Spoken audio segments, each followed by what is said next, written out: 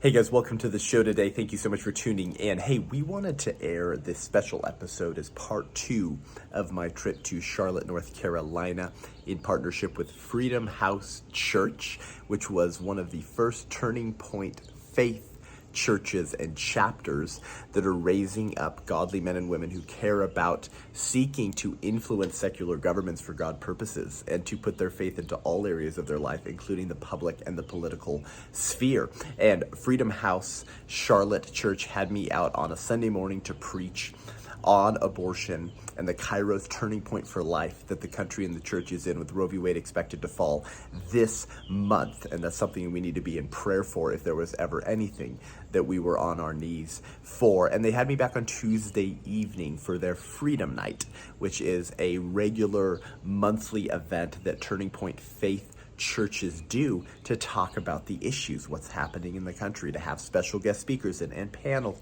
discussions and Q&A. And so I shared a more applicable sort of get your hands dirty, gird up your loins to engage the culture of death message.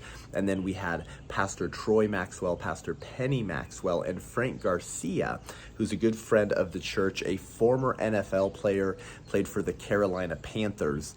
And we discussed the recent wokeification, transgender ideologies within the NFL and the Carolina Panthers as they were celebrating a transgender cheerleader, quote unquote, that week while I was out there. And so we talk about the culture of death. We talk about the case for life. We talk about the strange, heretical ideologies that are the same behind abortion and behind transgenderism, to remove the spiritual blinders or political blinders on the eyes of the church and wake them up and equip them to stand in a day. I hope this exciting event that was nearly packed to the brim will fire you up, excite you, and send you out more encouraged, optimistic, and equipped to engage the culture of death at such a decisive moment. Buckle up, you're in for a treat. I'm Seth Gruber, and this is Unaborted.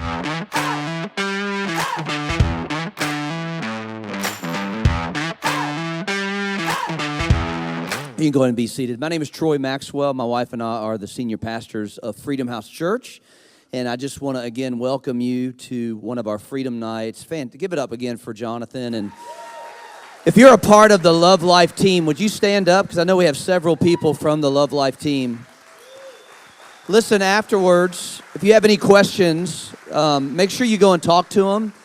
I'm sure they have a website. It's probably lovelife.com or .org or something like that. So make sure you check it out. I've known of their organization for the last probably 12 years. I don't know how long they've been in existence. How long have you guys been going?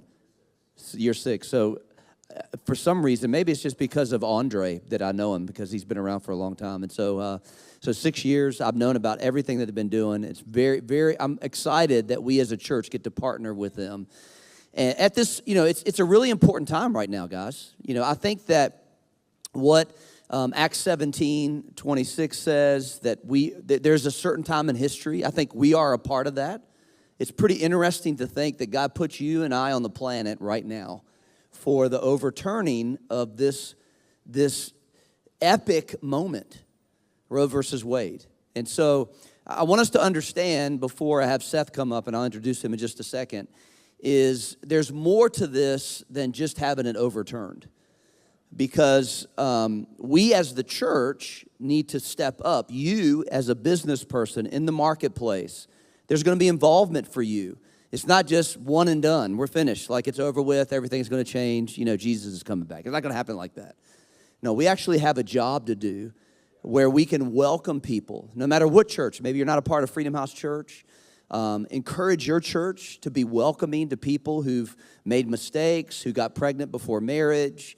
Instead of us shunning the pregnant women, the families, we need to invite them in and help them through the process. Because what they're carrying is not a mistake, okay? They may have sinned, and there's a consequence to it, which means you now have a life you have to take care of. And we as the church family need to surround them and help them through this process, no matter how old they are. Does that make sense?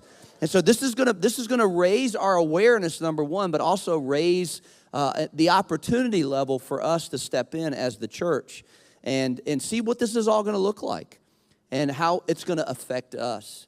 I'm so thankful for Love Life. I'm also thankful for Seth Gruber, who has a young man traveling all over the nation, was introduced to us through Charlie Kirk, which is what TPUSA is all about.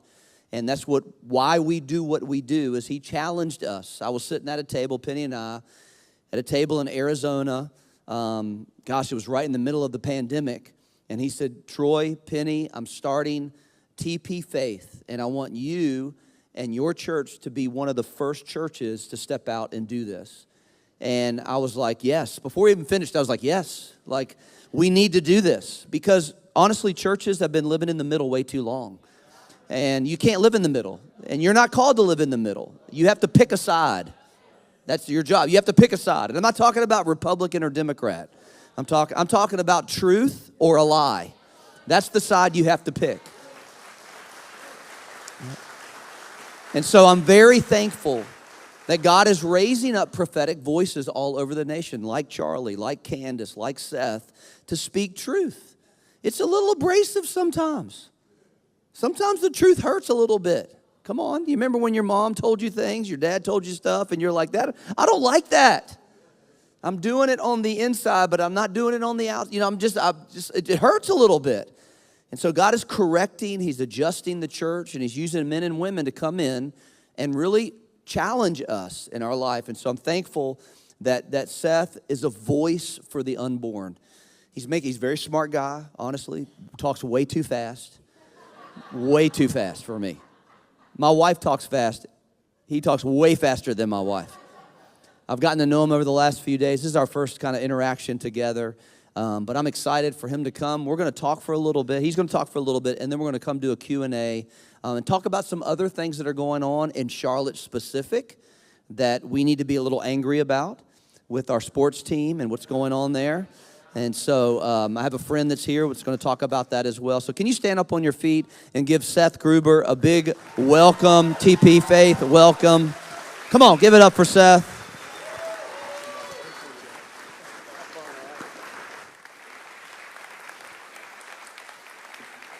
Good evening. You guys are beautiful, all you former fetuses, all you energetic embryos. You know, it's so funny how much we've been being told in the last season to follow the science.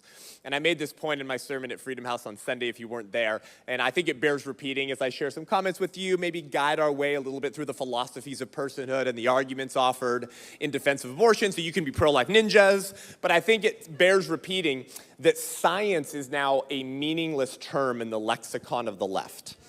Science is a meaningless term. I'd like to ban the term follow the science from American political discourse because everyone who uses that phrase to justify the last 2 years of COVID tyranny is pro-abortion, which is absolutely hilarious, ironic. It's things you couldn't even make up. And they all believe that men can be women and women can be men, and you should lop off the genitalia of 8-year-olds if they identify as the other gender. That doesn't sound very scientific to me.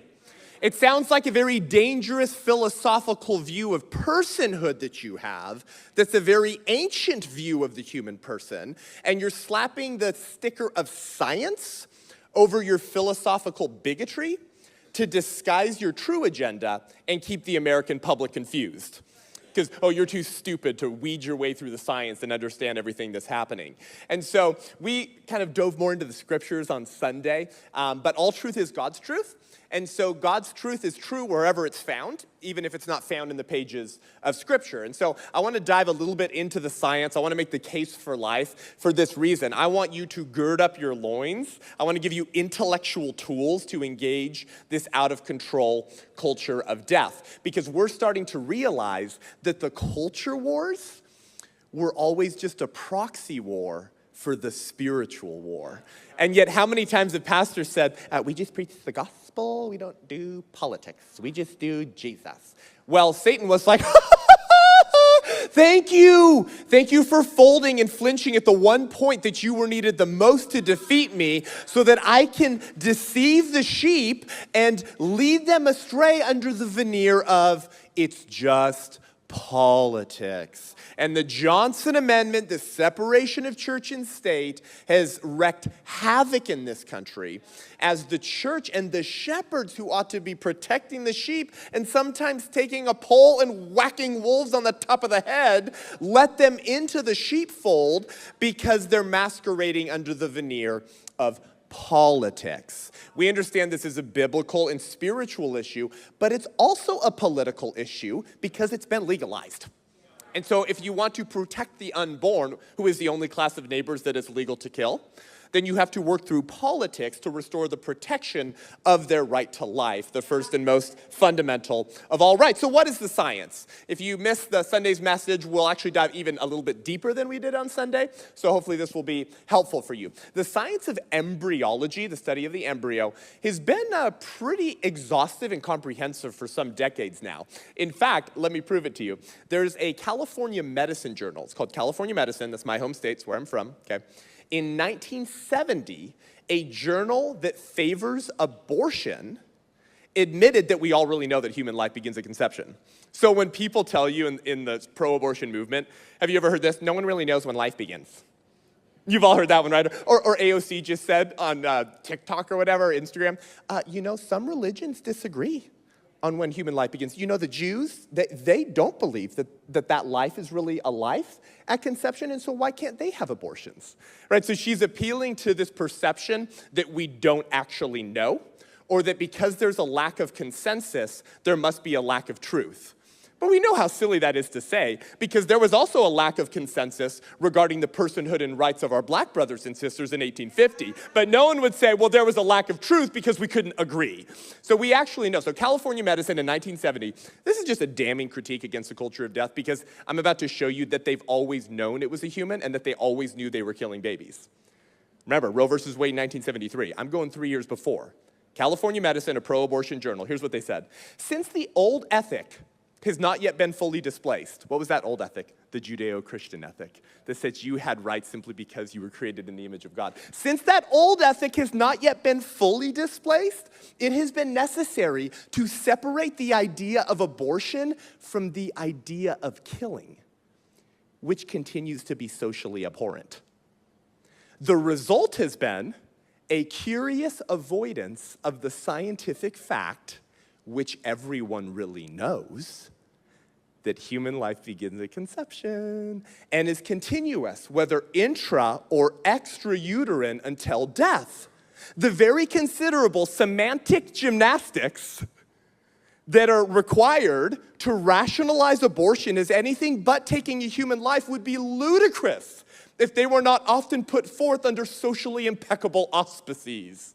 It is suggested that this schizophrenic sort of subterfuge is necessary because while a new ethic is being accepted, that old one has not yet been rejected. California Medicine, 1970.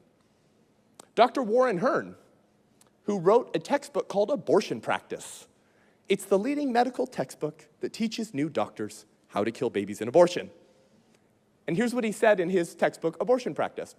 He said it at a Planned Parenthood conference shortly after he wrote his book. He said, "We have reached a point in this particular technology where there is no possibility of denying an act of destruction by the operator. It is before one's eyes.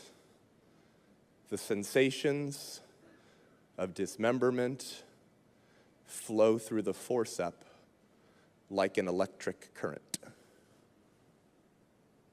What about Camille Paglia, a pro-abortion professor at the University of Arts in Philadelphia and a quite popular pro-abortion voice? Here's what she said in a Salon.com article, never read that journal, in 2008. She said, "Hence, I have always frankly admitted that abortion is murder, the extermination of the powerless by the powerful. Liberals, for the most part, have shrunk from facing the ethical consequences of their embrace of abortion, which results in the annihilation of concrete individuals and not just clumps of insensate tissue." Oh, thank you for that. Last one, Naomi Wolf. Anyone know that name? Interesting, she kind of got red-pilled recently. She's all coming out in support of bodily autonomy against COVID vaccine mandates. So she's now sort of streaming up the streams of liberty with us. So I hope she gets back to its source, Christ himself, and becomes pro-life and meets the King of Kings and the Lord of Lords, the greatest former fetus to have ever existed. But Naomi Wolf once made a very interesting line, kind of directed at pro-aborts, saying, you guys need to be more honest and just admit it's a baby. Here's what she said. She said, clinging to a rhetoric about abortion in which there is no life and no death, we entangle our beliefs in a series of self-delusions, fibs, and evasions. And we risk becoming precisely what our critics charge us with being: callous, selfish, and casually destructive men and women who share a cheapened view of human life. So, Naomi Wolf says, we need to contextualize the fight to defend abortion rights within a moral framework that admits that the death of the baby is a real death. Okay, was that fun? What's my point? They all know they're killing babies, and they all know they're human beings, and they don't care. So, how do they pull this off then? If they know it's a human, and the science is so clear, and they know that from conception you were a distinct, because the body in her body's not her body, living, because you were growing, and whole, because you had everything you needed at conception to realize your full growth and development. If they know that that's all true, how do they attempt to justify abortion? The same arguments that racists used to defend slavery, and Nazis used to defend the Holocaust, and every elitist totalitarian who saw himself as God and had a political or social or financial incentive to dehumanize a certain class of human beings. If you push, you can usually get pro-aborts today to admit that the unborn child is obviously a human being. The old talking points from the 70s and 80s about like, it's a parasite or something stupid, or it's like it's not a human, they don't really use those talking points anymore. Do you know what they say? Okay, I guess it's a human, but it's not a person. I've heard that one before. Not all humans are persons. By the way, anytime someone tells you the unborn child is a human but not a person, I'm going to give you two questions, like ideological pistols to wield. You ready? Here's the first question. What's the difference between a human and a person? Any difference they give you between the baby in the womb and the human outside the womb will be a difference shared amongst all born people as well. So the argument for abortion cannot be confined to the womb. Those arguments work equally well to justify killing born people, and I'll dive into that. Here's the second question to ask them. Have you ever met a human that's not a person? Because I haven't, and I would be fascinated to meet one. Like, do you have a photo album on your iPhone called Human Non-Persons? Like, what does one look like? Well, unfortunately, brothers and sisters, they would probably take you in a time machine with Marty McFly back to 1850 America. Oh, right. When the same political party believed the same thing about a different victim class, that they were humans but not persons. So how do they attempt to pull this off? By creating a litmus test for personhood. And if you don't check these functional, cognitive ability, accidental property checkboxes, you may be a human, but you're not a person. Now, of course, you and I use those terms synonymously. Human person, person human. Pastor Troy, Pastor Penny, they're human beings, and they're some of my favorite persons. See, I just did it. I use those terms interchangeably. The culture of death must rip the term human from person apart. And that's what they've always done before they implemented genocide. Now, did racists really believe that African Americans were not biologically human? By the way, I hate that term, biological human, because now we're using it in transgenderism. It's a biological male, as opposed to a non-biological male. Just call it a dude, okay? But they do that, yeah. So sometimes you have to specify. But did they actually believe that blacks were not human beings, like Homo sapiens? No, they didn't believe that. They said they weren't persons. So what were some of the arguments for slavery? Well, it was based on skin color and intellect. Those, if you kind of study some of the racist arguments in support of slavery. By the way, go check out the Lincoln-Douglas debates. We have the transcripts from when Abraham Lincoln was debating Stephen Douglas. Fascinating. Stephen Douglas, by the way, was personally opposed to abortion. So if you hear squishy pro-lifers say, I want Roe v. Wade overturned, and I just want the states to decide. You should say, nice to meet you, Stephen Douglas. Because in his debates with Abraham Lincoln, Stephen Douglas said, quote, I support the right of each state to vote it up or down. Does anyone think that it's just for one state to lynch black people and another to protect them? No, because we understand that you cannot be deprived of life, liberty, and property without due process of law, that those are natural rights that spring from your human nature. And we had those rights from the moment we became a human being. Pretty simple. The unborn child is a human being from the moment of conception. Therefore, it's not just to merely send Roe v. Wade back to the states and then just allow New York and California to continue slaughtering millions of babies while babies in South Dakota and South Carolina and Idaho are more relatively safe. There's no justice in that. Okay. But what are the arguments? Well, Abraham Lincoln, the first OG conservative troll, speaking in rhetoric that soars above most of today's politicians, certainly Joe Biden, spoke to the arguments from racists and how those arguments put in place the premises that would justify the white man's own enslavement. Huh? So Lincoln has this fragment of paper that we have today. I forget which museum it's at. I'll get that information to you. It's called Fragments on Slavery. And he wrote this in 1854.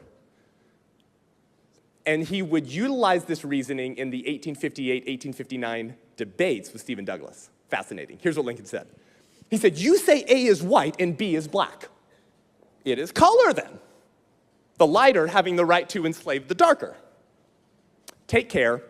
By this rule, you are to be a slave to the first man you meet with a skin fairer than your own. Oops.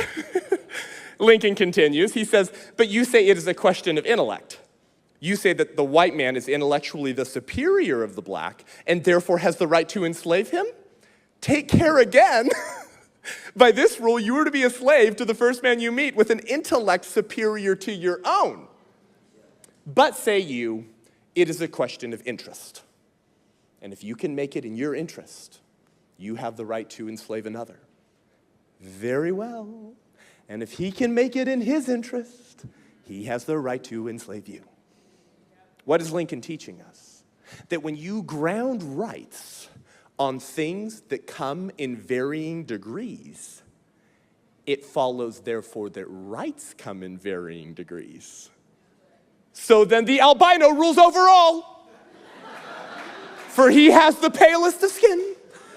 And all of us Caucasians who run a little swarthy would be slightly less of a person than the albino with slightly less rights therein. Do you see? Therefore, the person with the highest IQ would be emperor, and anyone with the IQ just 1 or 2 points below his would be somewhat less of a person with somewhat less rights than that man. It's only by grounding rights on the only thing we have in common that you can ensure this idea of human equality. And isn't it interesting that what arguments does the left use to argue for abortion rights? They use the language of equality, women's equality. They've shifted now and they're making personhood arguments and others, but the early arguments from the sexual revolution leading into Roe versus Wade was this: women need abortion to be equal with men. The arguments in the Cosmopolitan, which really reigned in the sexual revolution, the Cosmopolitan was Sex and the City in written form for the 60s. You need to understand this, okay? The arguments being made were that women have these pesky things called uteruses that prevent them from achieving the same level of success in corporate America. So to be truly equal with men, women need abortion. They're using the language of equality. The very equality that they're seeking cannot be secured through their own worldview. They cut off the branch that they're standing on because they ground rights in things we don't have in common. Look around the room. Look at one another. If you're here with a girl and you want to ask her out, this is your opportunity right now. Look at one another and ask yourself the question, what do we have in common? Do we have gender in common? Skin color? Ethnicity? IQ? Musical ability? Physical abilities? Height? No, we don't have any of these things in common. What's the only thing we have in common? We're human beings.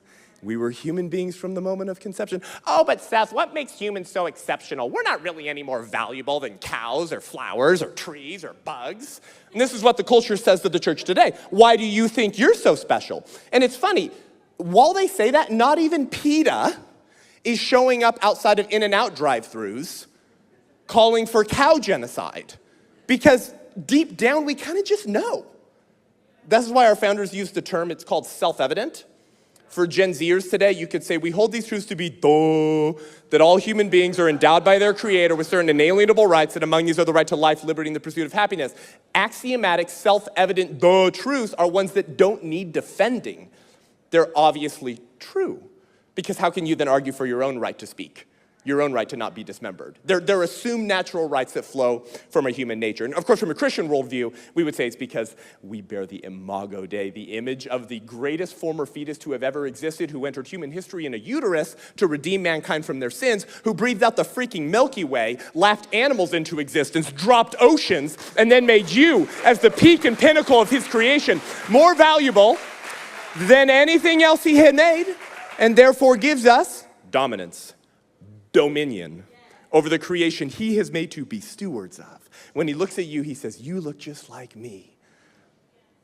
So that's what makes us exceptional over other creatures. But even the secular society, who may not acknowledge the existence or authority of God, understands this as well. That's why they have no problem chopping down trees, burning firewood, and eating it in and out. But we don't think that we should be able to eat Harold burgers because Harold is a person with dignity and rights. So what is the new woke litmus test for personhood, right? If it was skin color and intellect with slavery, if it was religion and appearance in the Holocaust, then what's the new woke litmus test that the culture of death demands the unborn must meet or check before they have rights?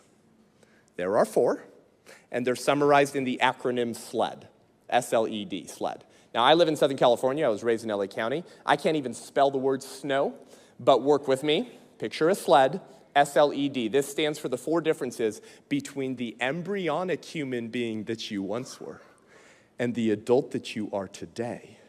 And none of those differences justify killing you in the womb. So, what are the differences? Size, S, size. Yes, the unborn child is smaller than the newborn child, derp. But newborn children are smaller than toddlers, and toddlers are smaller than teenagers.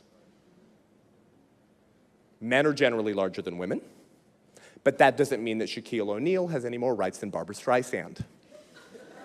And yet, what does the culture of death say? Oh, you mean that tiny little thing you can't even see, that mass of cells at 4 weeks? How could that be a person with rights? Well, it's a human. We know it's a human, so you're just discriminating based on size.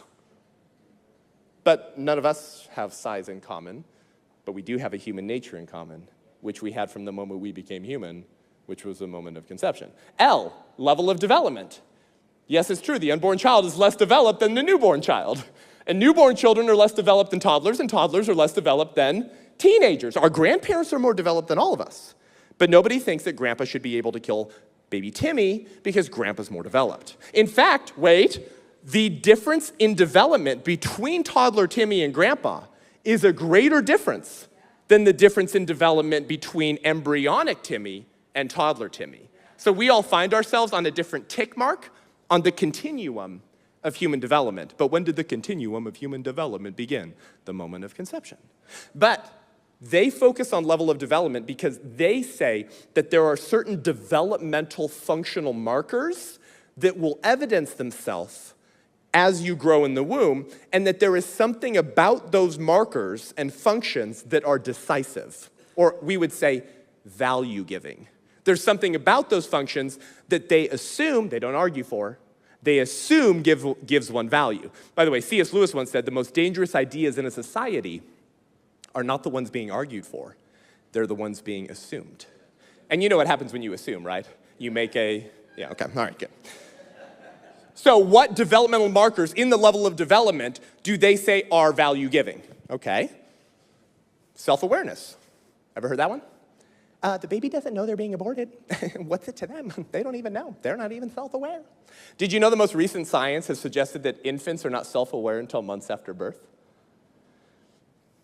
So I have 3 kids, 2 outside the womb, 1 in the womb. When my wife held our cute daughter Annie in the mirror and takes the selfies and sends them to me when I'm traveling, she has a cute outfit and a little bonnet. Is my baby Annie going, oh my gosh, I am adorable. Thank you, Mom, for the cute outfit. I'm aware of myself as an autonomous individual who has never existed before and will never exist again. Good style matching, Mom. No, my daughter Annie at that point was not self-aware. But you can get a pro-choicer to say infanticide is wrong. But on what basis could they say that infanticide is wrong? Because the same self-awareness they're saying grants the unborn rights, or lack thereof, which doesn't grant them rights, is also missing in the infant. Okay, here's another one. Desires. Now, this one you'll hear more on college campuses from woke professors who think they're very smart. You won't maybe hear this on the street level, but it's becoming more popular, so let me inoculate you against this argument. They'll say something like this, or immunize you, right? Let me give you a philosophical jab against this argument.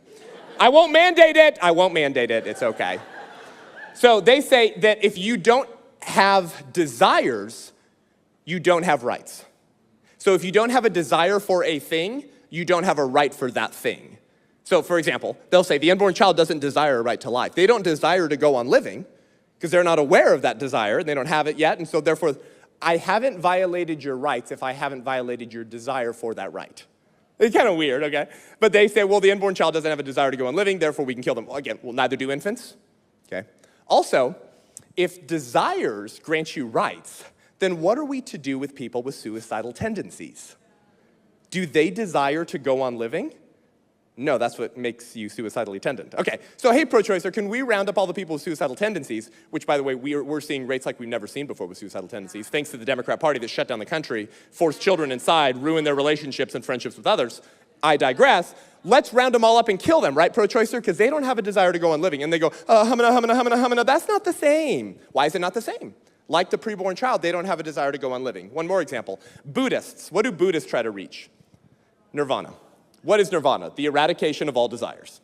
Now, I'm not convinced this is possible, but let's say it was, and you eradicated all desires. You would have also eradicated the desire to go on living or the desire for a right to life. Therefore, let's round up all the Buddhists, right, pro-choicer, and who have reached nirvana, and let's lynch them. Because they're not persons like the baby in the womb who has no desire to go on living. And they go, do you see? The argument for abortion cannot be confined to the womb. Those same arguments work to justify killing born people as well. Here's another argument. Have you ever heard the one, the baby can't feel pain? So what's it to them? Actually, Maureen Kondik, who's an expert in neural fetal pain, testified before Congress in a subcommittee hearing a few years ago, I think in 2007, 2008. And she said that actually the baby has all of the thalamic circuitry in place to experience pain at some degree by as early as 8.5 weeks. So they might not feel the full range of human pain, but they feel something. But no pro-choicer will say, I'll join you in banning abortions after 8.5 weeks. So they're just using the ability to feel pain to disguise their true agenda and argument, which is abortion through point of birth. Okay, but very well. Anyone familiar with the condition known as congenital analgesia, or congenital insensitivity to pain?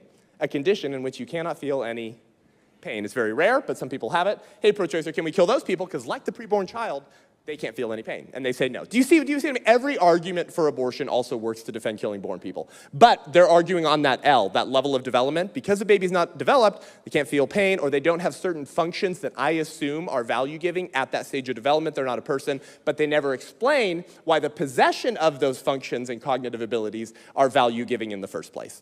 We could go into more, maybe we'll get into Q&A. E, environment or location. Yes, the baby is located in a very unique environment. It's called a womb. By the way, we're all former womb dwellers. That's where we all came from. And as Ronald Reagan once said, I've noticed everyone who's for abortion has already been born. So it's very ironic that pro-choicers sanction the slaughter of children in a womb they once came from. I've always thought being pro-choice always entailed a certain level of self-hatred, don't you? It's weird. It's weird. You're saying, yeah, when I was in my mother's womb, I was a non-person. And had my mother killed me or paid a hitman to do it, it would have been reproductive health care. I always want to be like, why did you hate your prenatal self so much? Like, that was still you. Like, so it's very strange. But yes, the baby is located in a very unique environment. The womb has become the most dangerous place for a human being to find themselves in America today. You are far more likely of being killed in the womb than you are residing or living in any dangerous city or crime-ridden slum. And it was created to be the environment that you were protected and valued. By the way, not only is abortion the leading cause of death, it is the most dangerous place for a black baby to find themselves. You need to know this. Planned Parenthood lynches more unarmed black lives in the womb every 2 weeks than the KKK lynched in a century. I didn't say the abortion industry. I said just Planned Parenthood. Only that organization alone performs and kills more unarmed black lives every 14 days than the KKK lynched from trees in 100 years. So the next time that organization tells you, Black Lives Matter, just know that they're actually the greatest danger to black lives in America today. But as the philosopher Frank Beckwith says, where one is has no bearing on who one is. How is it that a 6-inch journey through the birth canal in childbirth transforms you from an insensate blob of non-person tissue with no rights to a baby with a right to life?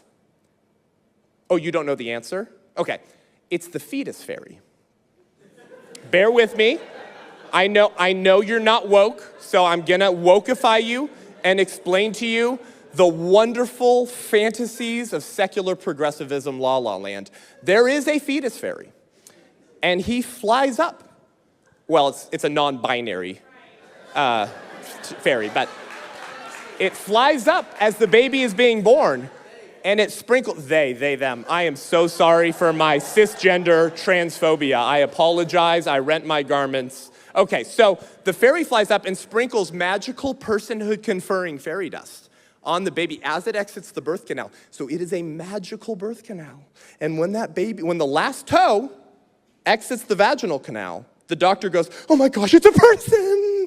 Now, we all know how stupid this is because babies can now be born as early as 21 weeks and survive, and the hospital will work heroically to save that baby's life.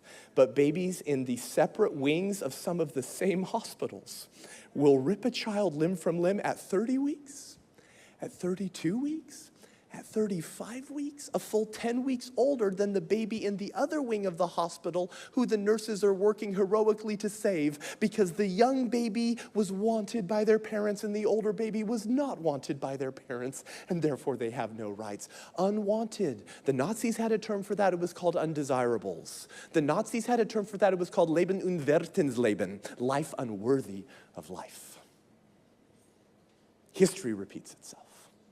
The last difference between the embryonic person you once were and the adult you are today is your degree of dependency.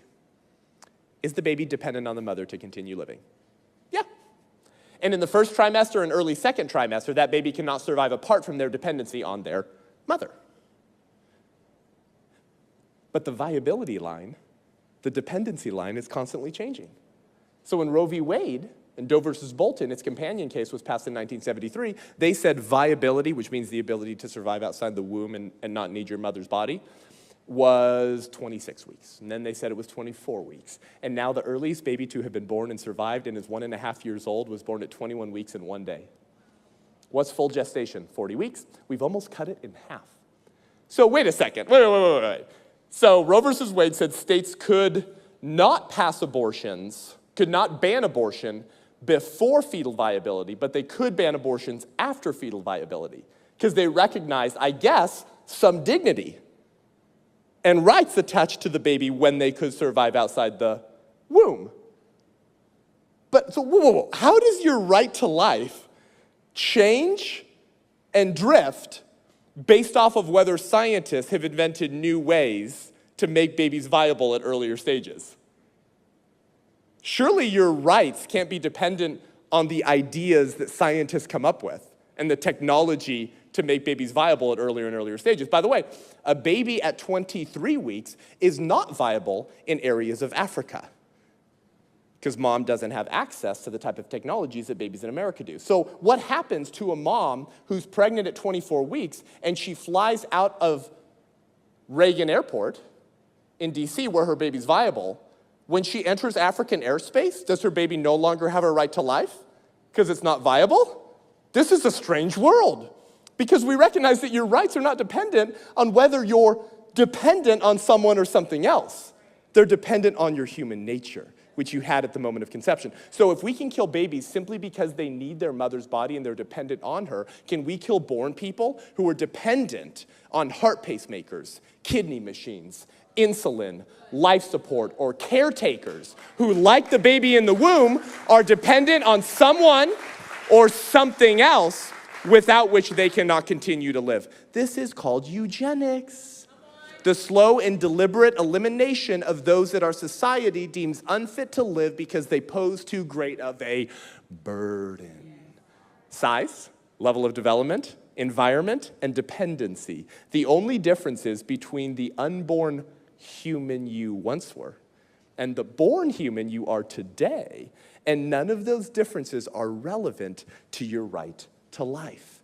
So you didn't come from an embryo and then transform into something else. You once were an embryo. Zygote, embryo, fetus, infant, toddler, teenager. Different terms that describe the same human being at different stages in their physical development. Do you feel like a pro-life ninja now?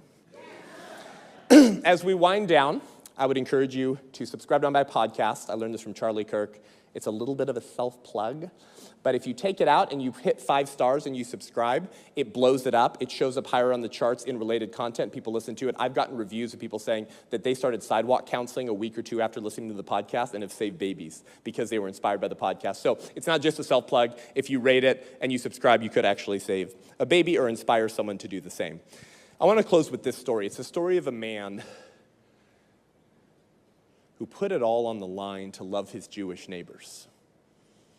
And it's a story that we need to reclaim in the church today for a new class of victims and neighbors who are dehumanized and discriminated against. This man was a very wealthy entrepreneur and businessman in Nazi Germany. In fact, he was a member of the Nazi Party, and he wore a golden pin on his jacket that identified him as such. His name was Oskar Schindler. And if you've seen or read the book or the film Schindler's List, I'm afraid this is a little bit of a spoiler, but bear with me. Oskar Schindler began to become horrified at the atrocities being committed against his Jewish neighbors. So do you know what he did? He began to exhaust his great net worth and wealth to buy Jews off of the Nazi death camp lists and employ them in his factories to hide them from the Nazis.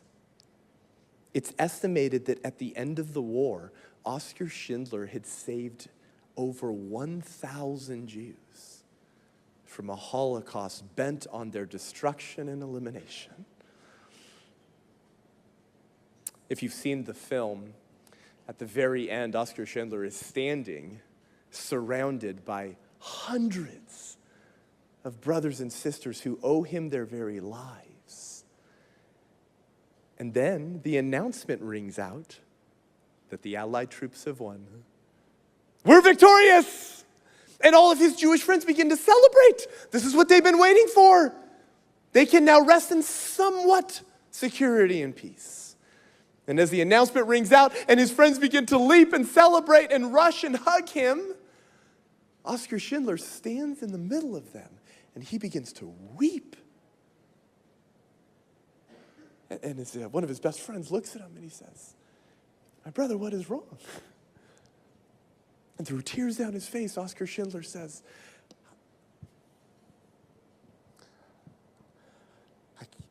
I could have saved one more.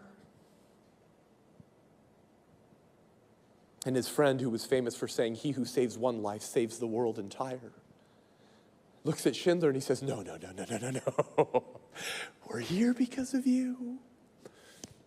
And Schindler looks at the golden pin on his jacket, which identifies him as a member of the Nazi Party, and he says, "My pin? Why did I keep this? I could have sold this and saved 2 more. Then he looks at his fancy car, one of the last items that he can call his, and he says, my car. Why did I keep this? I could have sold that and saved 10 more, at least 5 more. I could have saved 1 more. This coming from a man who went to the wall to love his neighbor, who's broke at the end of a Holocaust because he gave it all away. He traded wealth in exchange for lives. The question that echoes from Schindler's time to our time today is a simple one, brothers and sisters. That question is, do we take our Holocaust in 2022 as seriously as Oskar Schindler took his? Because if we do, if we truly do, then I don't want you to miss out on the Kairos turning point that the country and the church is in right now, to tear down the high places of Moloch and give God a reason to show us mercy. He will not rent the heavens and pour out his spirit on this land as long as we continue to sacrifice his children to pagan deities. And brothers and sisters, if you say, but Seth, that's not me. I'm a Christian, I've always been pro-life, I've never had an abortion. I used to tell myself that too until I read Leviticus 19, where God is addressing the Israelites for their complicity in child sacrificing. God says, if any of you sacrifice your children to Moloch, or if any of you do turn your face from that man when he sacrifices one of his children to Moloch, then I will cut you off from among the people, you and all of you who follow after him in whoring yourselves after Moloch. Go read it, Leviticus. And then there's Proverbs 24:11. Hold back those staggering toward the slaughter. And if you say, but we did not know about this God. Proverbs 24:12 says, does not he who made your life see it? Does not he who formed your heart see it? And will he not judge man according to what he has done? Meaning, I knew you knew. We can no longer say that we did not know. Francis Schaeffer, the cultural prophet and evangelist, said that if the church can't speak up against something as evil as killing a baby, then the world has the right to ask whether Christ is real.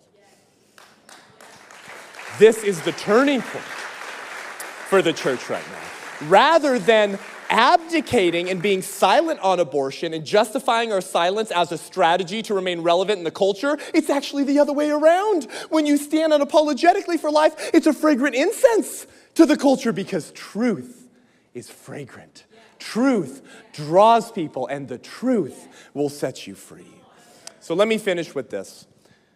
What do we have to lose, and what might happen if we don't act? What will happen if we capitulate once again and we fold? And we are like the Levite and the priest who walk by on the other side of the road where there's a bleeding victim because we're under the tyranny of the urgent and we're doing more spiritual things. We will become dead inside. If we continue in our apathy and tolerance of evil, we will become dead inside. Ever read Screw Tape letters? Screw Tape talks to nephew Wormwood. One of the most powerful lines in the book is when Screw Tape is talking to Wormwood about how to keep the Christians in the position of believing all the right things and never acting on them. And here's what Screw Tape tells Wormwood. He says, as the humans have said, active habits are strengthened by repetition, but passive ones are weakened.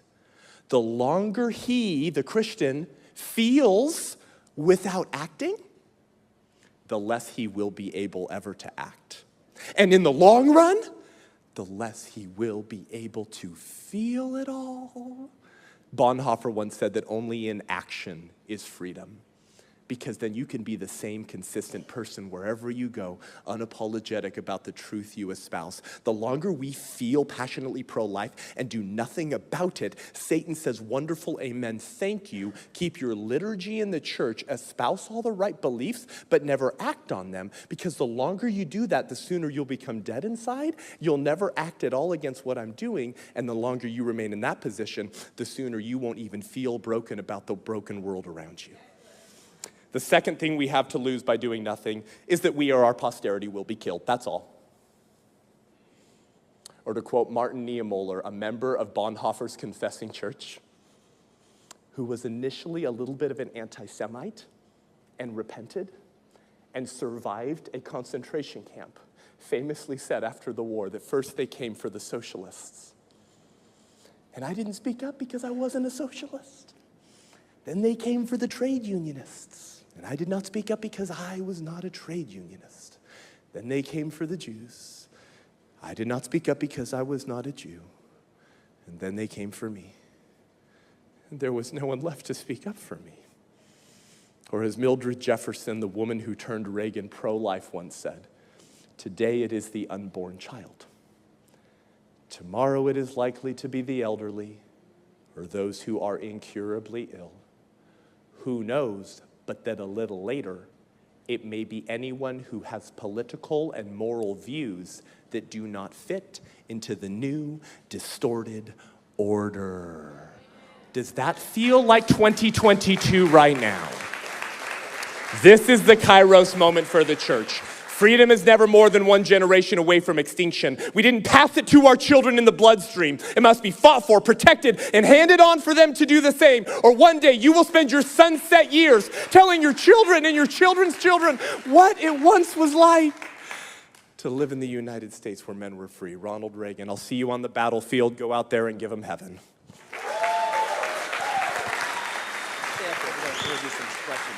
For Seth. Fantastic. Come on, let's give it up for him.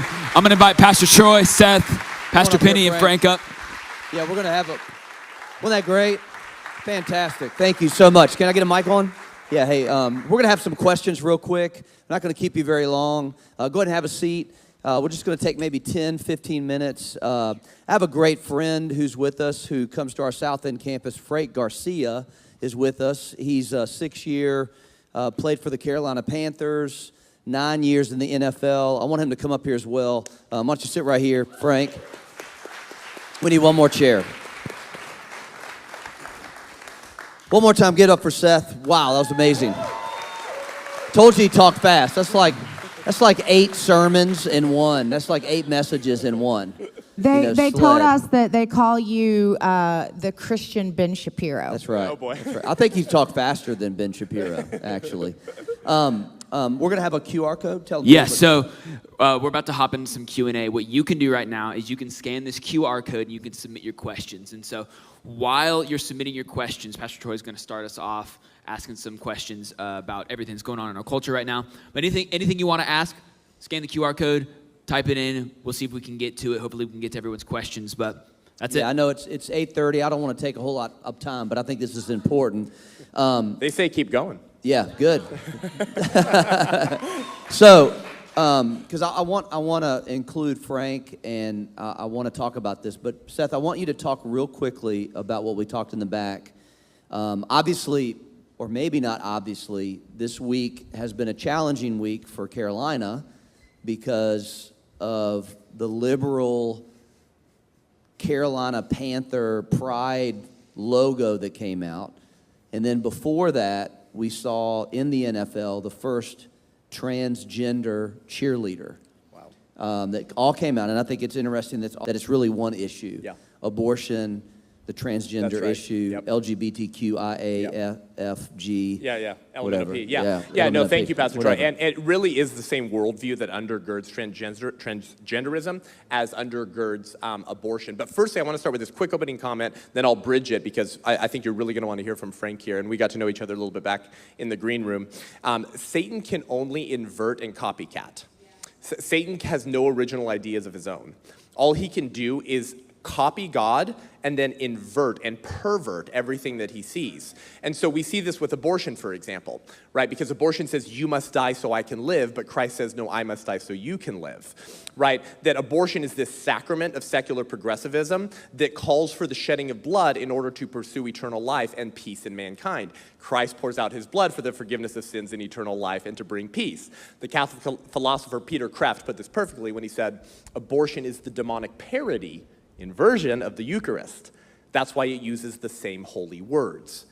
This is my body, but with the opposite blasphemous meaning. So Christ said, this is my body broken for you, take and eat in remembrance of me. And the culture of death says, we must break the bodies and shed the blood of babies for eternal life because this is my body, my choice. And the serpent told me in Genesis 3, ye shall be as gods. And a God gets to decide who lives and who dies. There's the inversion. right? Same thing happens with transgenderism or the gay agenda. The rainbow, which was a sign of judgment for wicked immorality and perversions, becomes the symbol of today's wicked immorality and perversions. All Satan can do is invert, pervert, and copycat.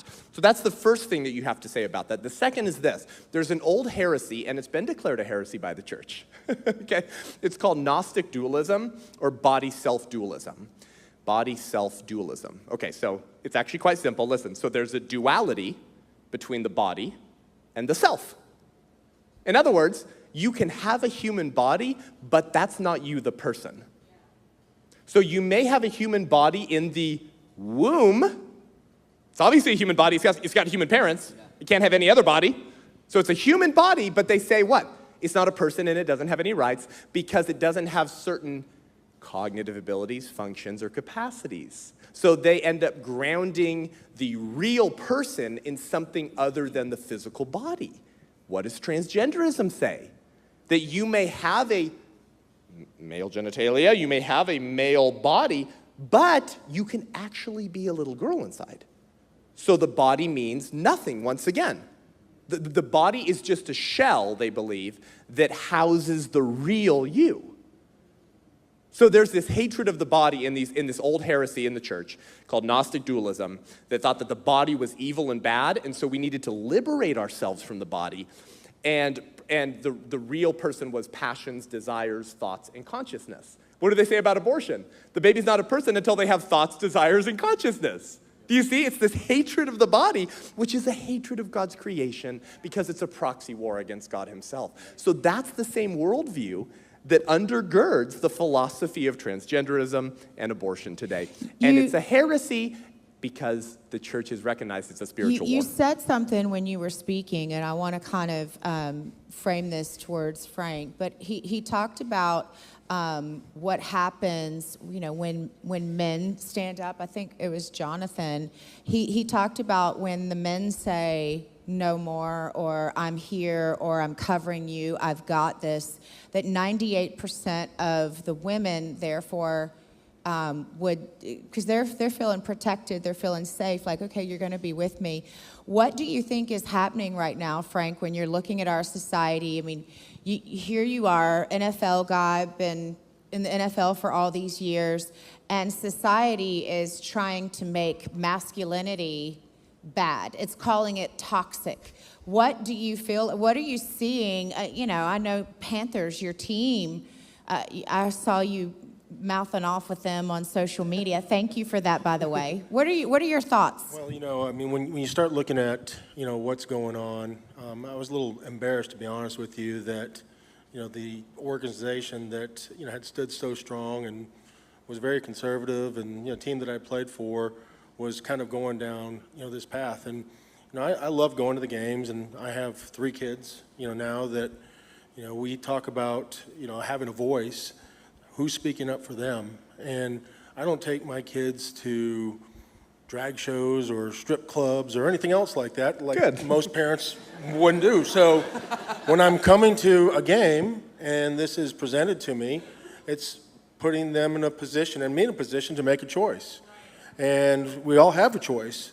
And my choice was to say, I'm not going to partake in that. Just, I'm sure as a lot of people in this room would do. So, it's hard to sit and back and watch. And, Penny, I know that you've been a big voice, and Troy, you have as well. And you said this is, something that you need to do. And it is something I need to do because I need to stand up for my kids. And I think we all do as well, because they're getting pulled in a direction right now with all these challenges with social media and this wokeness and the things that are taking place in their everyday lives that they're having to struggle against, and this is my opportunity to stand up for them. Amen. You know what I love too? Isn't that great? Come on, give it up. That's so good, so good. The thing that I love about you, Frank, and other people that in the entertainment industry, the professional sports industry, is they're not afraid, because there is a price to pay. Yeah. You're going to pay a price for doing what Frank's doing right now. And I think it's important that you need to understand you're going to have to pay a price too. It's not just showing up on a Saturday, fasting a meal on a Wednesday. No, people are going to challenge you. Yep. They may not do it in your face, But now with social media, they're going to write stuff on your Facebook page. They're going to say stuff to you on Instagram. They're going to challenge you, and there is a price to pay. Yeah. And I'm proud of you, Frank, for standing up and making that stance. And I want you to talk real quick on, because of your career in the NFL, 9 years, you're seeing not just the NFL but other sports speak out on social issues. I mean, the coach for the Golden State Warriors gets on. He starts going off on gun violence. And the Giants. Look, I just want to watch a basketball game. Okay, I just want to watch a football game. How does that make you feel? I mean, like, in your investment. Yeah, it's upsetting to me, Troy, because only one side is being heard. I mean, you look at a guy like Tim Tebow who takes a knee, and all of a sudden he wears John 3:16 on his on his brow, and the NFL decides to ban that. You're no longer allowed to do those things, but it's okay to kneel because you're protesting some political stance. And Colin Kaepernick has decided to do that, and a lot of guys follow, and the media jumps on that and pushes their agenda on us. And the problem that I have with that is that the other side's not being heard. I mean, why are one side's opinions and decisions greater than the other, and why am I being silenced? So it's easy for me to stand up here, and the consequences I'll deal with. And because there's consequences if you don't. Yeah, because the consequences if I don't are going to be greater than if I do. Yep. And like as I said before, that's what's the easy part for me, because I know that I'm doing this for my children. I'm doing this for them. I'm doing this for the people that can't speak out or that are afraid to speak out. So if more people start speaking out, it becomes easier and easier for everybody to stand up and say, I've had enough. And this was the last straw for me, when it came to this, because I know I have a lot of friends, female friends, that were ex-cheerleaders, and they applaud. They say, thank you. Thank you for speaking up for me, because if they speak up, they're canceled. They're pushed away. Yeah. They're cast aside. They're no longer allowed to be a part of this. If that's what you want to do to me, it's an easy decision. Bye. Yeah, I love what you said about being canceled, because I got a lot of current and former cheerleaders and judges who have said and I'm going to say he because he's a he wasn't even any good. It was done to virtue signal. What do you think about all of the virtue signaling that is going on, and is it worth putting our careers on the line to speak up? Because I got the same thing you did. Everybody's inboxing, thank you, and I'm like, you're welcome, but I'm not my kids are grown and out of the house. I'm not speaking up about what's going on in our schools and all the things that are happening because of just my house. I'm speaking for everyone else's house. At what point do you feel like we should say, is my career worth this? Right, and that's the decision that everybody has to make. I know it's a hard decision for some people. For example, if you're a single mom and you're having to make a decision that I'm not going to tolerate this, and I'm going to make a decision to move and do what I feel in my heart is right. And it's a lot harder for a person like that to make that decision, because we still have a responsibility to our families to create money, but do we want to be slaves to that? And that's the decision you have to make, and it's a tough one. And I'm not going to pretend it's easy, but for people that are just being pushed on us and things that are being pushed on us, I obviously don't think it's right. I don't think it's fair. I don't think that there's a lot of people out there that have worked really hard to be in a position, and they're getting not an opportunity because somebody that's just being pushed in because of a political agenda is going to take their spot. And that's where, I have kind of drawn a line, not just, for my kids, but for the people that have a tougher time speaking up and, maybe have more to lose in what they think, might be important to them. Yeah. Can I piggyback on that before we go to Q&A really quick? Go for it. So, because I just love everything that Frank said. I love how you're standing, brother. And here's the thing, because cowardice is contagious, but so is courage. And haven't we seen that in the last 2 years? And Freedom House is an example of this. Pastor Jack Hibbs, my pastor Rob McCoy, and others, many, many others that I could name, just I won't for the sake of time, opened their church in defiance of their governors early on, and it was a fragrant incense. It attracted people who weren't believers because there was nowhere else that was open where they could hug a person, look at them, and say hi, and they come to the Lord and they get saved because of how courage is also contagious. And so that's the importance of men standing. I just did an interview with my good friend David Benham of the Benham Brothers on my podcast. He was yesterday. here last month, by the way. And you got to subscribe to his podcast, Living Among Lions. He's coming soon with David and Jason, I think on July 3rd. Yeah, he's going to preach at our Sunday. Yeah, so Sunday. come here, David. Precious friend of mine. I want to give credit to him. He just went theological, crazy application, cultural analysis on me in this podcast episode about the story of Lot. Remember Lot in Genesis? He was the Christian influencer of his day. He was at the city gates when people would come in. Yeah. He had position and authority. And when the angels come in and he takes them to his house, and people, it says from people from all parts of the city, so from every area of culture, they come to Lot's house, and what do they say? Bring them out that we might have sex with them. Yep. And Lot comes out and he says, brothers, don't do this wicked thing. So what does he do? He tries to relate to the secular culture. Hey, I'm a brother like you. But he does lob truth out there, doesn't he? He says, don't do this wicked thing. So he believed the truth, he spoke the truth, but he wouldn't stand for the truth. And he wouldn't lay down his life and die for the truth. And so what does he do? Do you remember? Here are my daughters, have sex with them. So his wife becomes in death what he should have been in life, a pillar of salt. He was saved, but he wasn't salty. He wasn't preserving anything that was righteous that mattered to God. So sure, you can be saved, but is that what you want? Do you want to be saved and not salty and let the culture burn down around you? Or as my pastor Rob McCoy says, wait downstream to pick up human heartache that you helped create through not contending for righteousness upstream? Wow. You're missing the greatest adventure, which is to be obedient, to stand in a day, and to watch how God uses you as a puppet when you simply stand. So this is the calling for the church right now. We got a lot of influencers. We got a lot of Christians with a position who have a place at the table. And they're saying, I'm just using strategy to be relevant for Jesus. Or as David Benham said, Jesus, I must increase so you must increase. Oh, no, that's not what John the Baptist prayed. I must decrease so you must increase. And when you get persecuted for standing for righteousness, you might decrease some. But he's going to become more beautiful, and the culture will be attracted to him because he's the way, the truth, and the life. And when you stand for truth, people see Christ. That's right. Yeah. That's good. That's really good. I think decrease is another word for cancel. Yeah. That's really good. So that leads us into our first question. So I've heard you draw a really interesting dichotomy between this LGBTQ plus alphabet mafia agenda and abortion.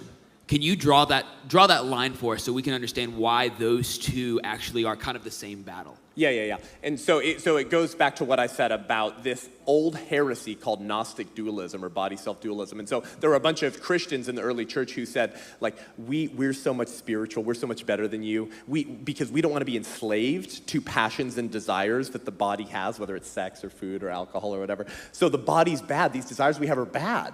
So then they equated these sinful desires that we might have in our flesh with the body itself being bad. And so they came to believe that real people, the real person, was not your body. It was your thoughts, your aims, your consciousness, and your desires. And Christ says, hey, that's a heresy because Christ comes body and soul. He still has the holes in his wrists after he rises again. To declare the truth that we are both body and soul. We're embodied human beings. And so this worldview is very strange. Here's why. If the real person is the thoughts, aims, consciousness, and desire, and not the body, then you've never hugged your mother. Because you can't hug thoughts, aims, consciousness, and desires, right? So the body means nothing. Oh, also, if psychologists try to cure multiple personality disorder, they would be guilty of mass homicide. Because each different personality would have different thoughts, aims, and desires. Do you see what a weird world this leads to? Yes, secular progressivism is la-la land because it's ultimately just spiritual principalities working within culture to deceive the sheep and kill more babies and move people away from the kingdom. So it's the same worldview, but Christ says, nope, we're embodied and sold. Yeah, that's really good. So this next question is for you, Frank. So you have had a lot of experience in the NFL, in these bigger pro-athlete fields. So why is it that so many people want to hear this leftist ideology in sports, and they want to silence the right. Why do you think that is? Well, I think that it's just become the popular thing to do, and when you listen and follow versus lead, it's going to be a lot easier to kind of fall into that same category. You talked about sheep, earlier, and I think it's kind of become a trend. Nobody wants to step up; they just kind of follow. And it's interesting through COVID and all the things in social media, you kind of figure out, who the people that are going to kind of follow versus the ones that are going to lead and stand up and stand against. I mean, commitment is one thing, right? It's easy to be committed to something. It's hard to be convicted to something. And the people that are convicted are willing to die for what their beliefs are. And that's kind of, one of the big reasons I think that it's hard to be convicted. It's easy to be committed because commitment can change and it can move, from side to side and morph. And I think a lot of people, think that they're committed and want to follow those things, but I don't think you find very few that are convicted in what they're believing. Yeah, that's really good. So what would you say to someone who is maybe afraid of losing a platform or losing influence or losing friends? What would you say to that person? I'd say you have to listen to your heart. I mean, I think that you have to really dig deep to understand that what you're going to do is going to be, the ultimate judgment, right? And it's not about the things, Schindler found out. It's about, the life, the difference you make in people, right? And that's what we're all called to do. We're all called to make a difference. And it's not the things I have, the cars, it's the difference I make in the life of my child, right? That's ultimately what we have to look at as parents and friends. And he's made a big difference. You've made a big difference. You're making a big difference in a lot of people's lives. And I think that, that's extremely important. And are you convicted to that? That's really good. I love that. So next question. You hear a lot this one's for Seth, but in the pro-life abortion sphere, you hear a lot about exceptions. So if Roe v. Wade falls, what about so-and-so? What about rape? Right. What about incest? So how can you empower people to combat those arguments? Yeah, amen, absolutely. So Planned Parenthood, their statistical research branch is named the Guttmacher Institute, named after Alan Guttmacher, a president of Planned Parenthood from the 70s, who wrote in his book, Life in the Making, on page 3, that we all know when human life begins, once again. So it's named after him. Okay, the Guttmacher Institute reports that less than 0.5% of the annual abortions are performed on women who have been raped. Now, are all rapes reported? No, maybe the number's a little higher, but to expose the agenda behind this argument, simply ask the pro-choicer, if we set aside the 1 or 0.5% of abortions that occur in cases of rape very briefly, will you join me in fighting to end the 99% of all other abortions that aren't performed in cases of rape? They always say no. So then you can say, then why are you appealing to the exception to argue for the norm? Why are you hiding behind rape victims to make yourself sound more compassionate when you don't want abortion legal in the case of rape? You want it legal for any reason or no reason at all. And you're appealing to someone who has experienced great trauma to make me look like the moral monster because I don't believe that unborn children should be forced to suffer for the crimes of their father. Abortion is wrong for the same reason that rape is wrong. Rape is wrong because it intentionally harms and assaults an innocent human being with no justification whatsoever. Abortion is wrong because it intentionally assaults and harms an innocent human being with no justification whatsoever. Here are 2 pictures of babies conceived. Which one was conceived in rape and which one was conceived by loving parents? Oh, you can't tell me? Right, because we all know that they're human beings regardless. So that's the important point to make. Incest fits into that as well, of course. These are horrific cases, by the way. But you want to know what? The pro-lifer wants more justice for that rape victim than the pro-choicer does, generally. And I'll prove it to you right now. Generally speaking, most pro-choicers who are for abortion also hate long prison sentences. The Democrat Party today is opposed to nearly any form of capital punishment or life in prison. They spring people from the clink all the time for horrific atrocities. So guess what? Hey, pro-choicer, I care more for the victims of rape because I want justice for the victims of rape. I would support castrations for rapists or life in prison. You don't. So who's really the person showing compassion and love for the victim of rape? The pro-life movement is. So that would be the answer. Yeah. So we're Wow. going to wrap up with just this last question. thing. Yeah, so one of the things that I wanted to just bring up really quickly is I want to talk about the battle between men and women that is going on right now. And, you know, obviously what's happened with the Panthers, and you see spots that women should be getting for scholarships or medals that women should be getting, but they're giving them to men. And so I got a question from a reporter, and I wanted to just talk about this for a minute, because Lieutenant Governor Mark Robinson spoke at Freedom House a few weeks ago. Well, this reporter finally went and watched the message, and he decided that he was going to start his quotes and end his quotes and make it look like Mark Robinson was a misogynist. And what he said, and he reached out to me to appeal to me, and he said, it looks like Mark Robinson said in his message that men are the only ones that can be leading. And how does that feel to you, you know, knowing that you and your husband lead the church together? How must that feel to you, knowing that, you know, basically you're being excluded? And, you know, did this bother you? And initially I wasn't going to respond at all, because I understand that reporters lie and they're looking for, I mean, he'd already lied this whole article. So I responded back and I said, I am very offended. I would love to do an interview with you today. He's so excited.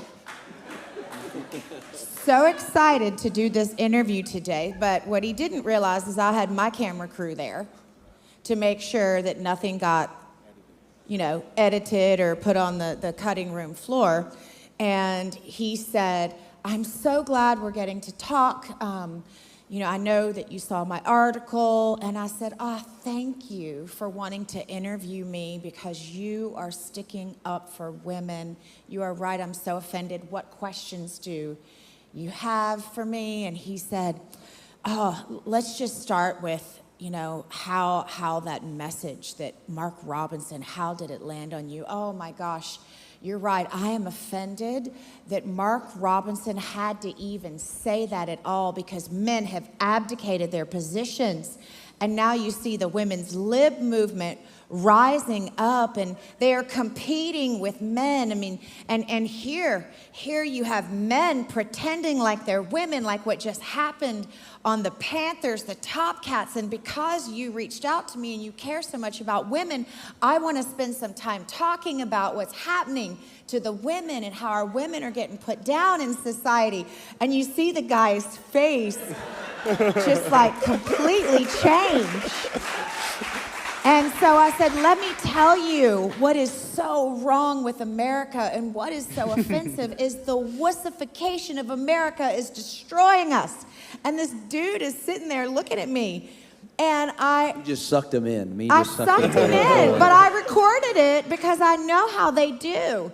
And so I think if we could understand, and I told him, I said, I have a shirt and it doesn't say the future is female. It says the future is male and female.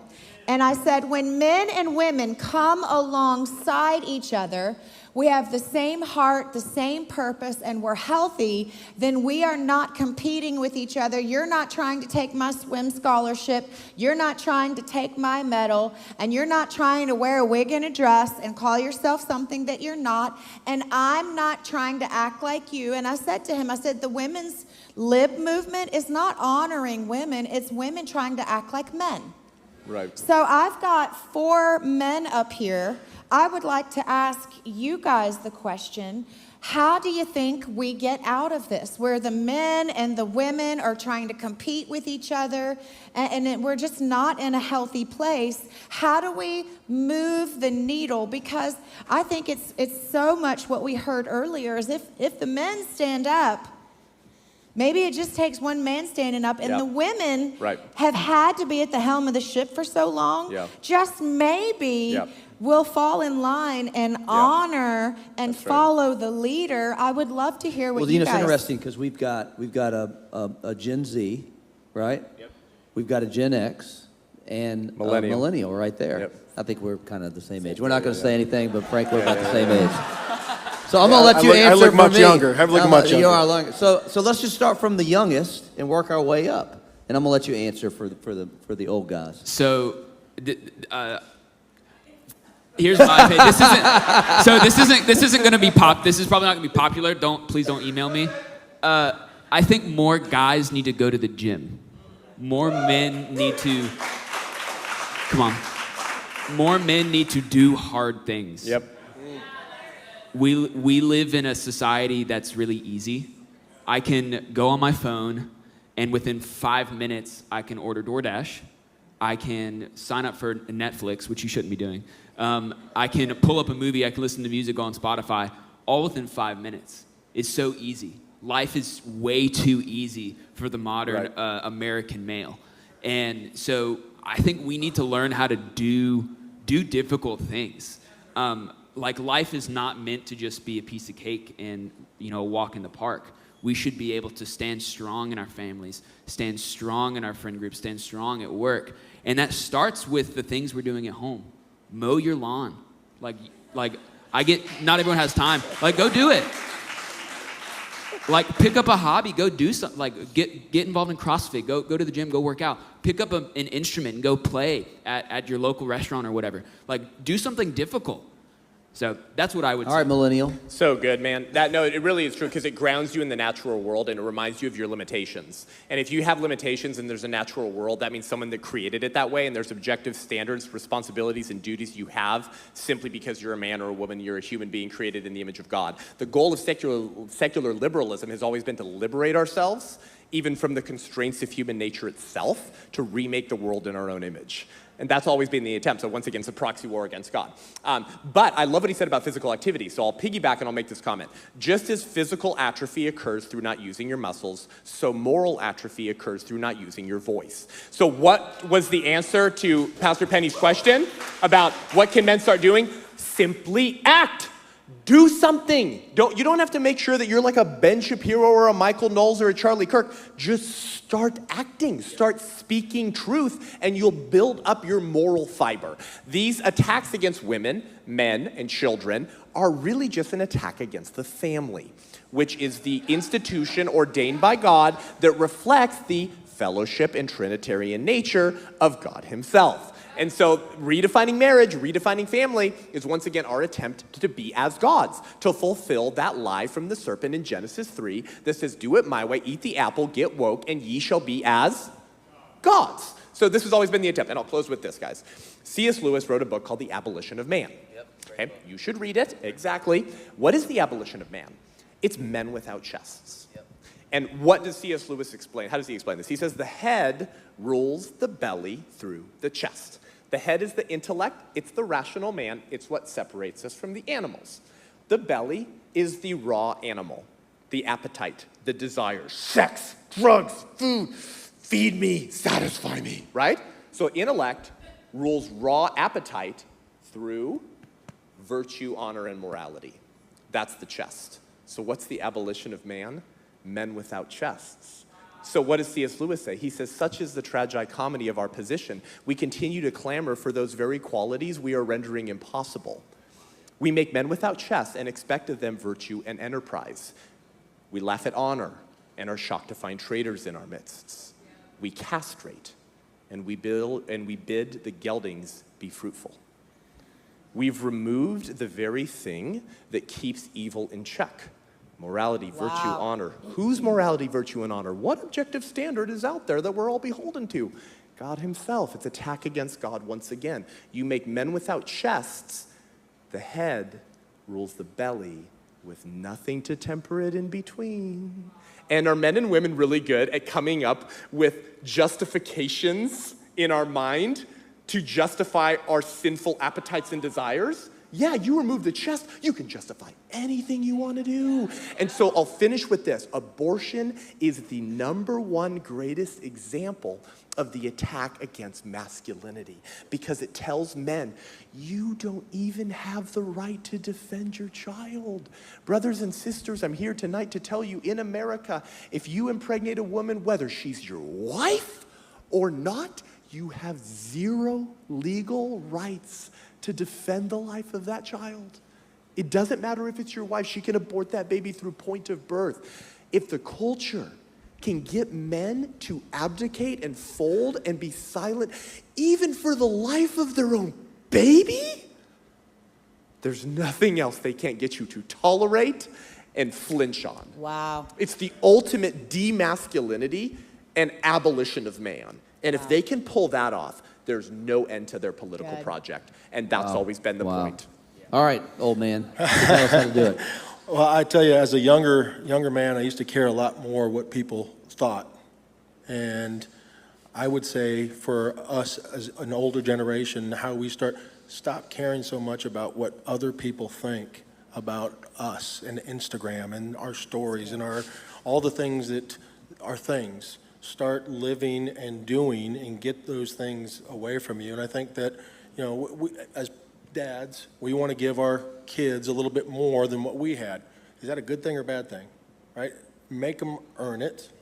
Make them work hard. I coach high school football. Anything worth doing is going to be a little hard. Don't be afraid to fail. Right? We talk about failure a lot of times as a negative thing. It's a necessity for success. And we have to stop thinking and looking at that term as a failure. We have to start, as failure is a bad thing. We have to look at that as a good thing. And I think that if we can start doing a lot of those things, men will start leading in a stronger, more masculine way. That's great. Yep. Let me finish with this, and then we'll go home. Great book if you're a man, all right, which I see a lot of them here. And, Which I love. That's what I love you guys being here, is Becoming a King. And I can't think of the author off the top of my head, but if you want to know who the author is, Becoming a King, phenomenal book. It's the 21st century Wild at Heart book, if you remember the Wild at Heart. I think it's better than Wild at Heart, personally.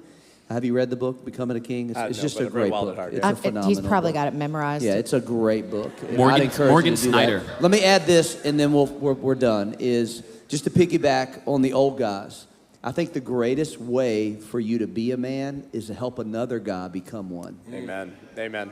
And so, That's because right. that puts a lot of responsibility on you. Yep. That means serving in your church, So good. being the husband that you need to be. And you know exactly what those answers are. Not abdicating your position, standing on the wall with your hammer and your sword in your hand, walking it out, living it out, putting yourself in positions where you are accountable to someone less than you. Listen, I'm a pastor. I'm tempted in a lot of areas. I have a few videos on my phone of guys who sent me saying, thank you for being an example to me. Those are the things that keep me out of trouble, is realizing that there are other guys that are dependent upon my testimony. And when you put yourself in that position, you say, well, I don't have kids anymore. Yes, you do. Look around. Amen. Anybody that's younger than you is a kid to you. So you have a responsibility to invest in them.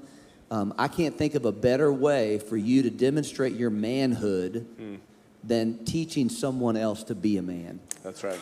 Right? Amen? Hey, thank you so much, Seth. Thank you, buddy. Appreciate it. Frank, thank you, buddy. Appreciate it. Sweetheart, love you. Hey guys, thank you so much for tuning in for that excellent episode. I hope that fired you up. I got fired up being with such amazing men and women who care so much about living in the truth, speaking the truth, and contending against this culture of death and culture of lies. And there is this stirring happening in the church, almost like the early seeds of a revival, as if awaking from a long spiritual coma of the church, recognizing the moment that the country and church is in and the necessity of standing in this moment. So if this message encouraged you, would you subscribe to the podcast, leave a rating and review, subscribe on YouTube. If you want to follow me, you can follow me on Instagram, Facebook, TikTok, or Twitter. And if you want to bring a message like this to your church or bring Love Life or Turning Point Faith to your church, reach out to me, send me an email. We'll set it up and we'll start contending and training up people in your congregation and in your city to engage the culture of death. You can email me at seth@sethgruber.com. My calendar is almost full for the year, but we would love to partner together with you in this decisive moment. Until next week, I'm Seth Gruber, and this is Unaborted.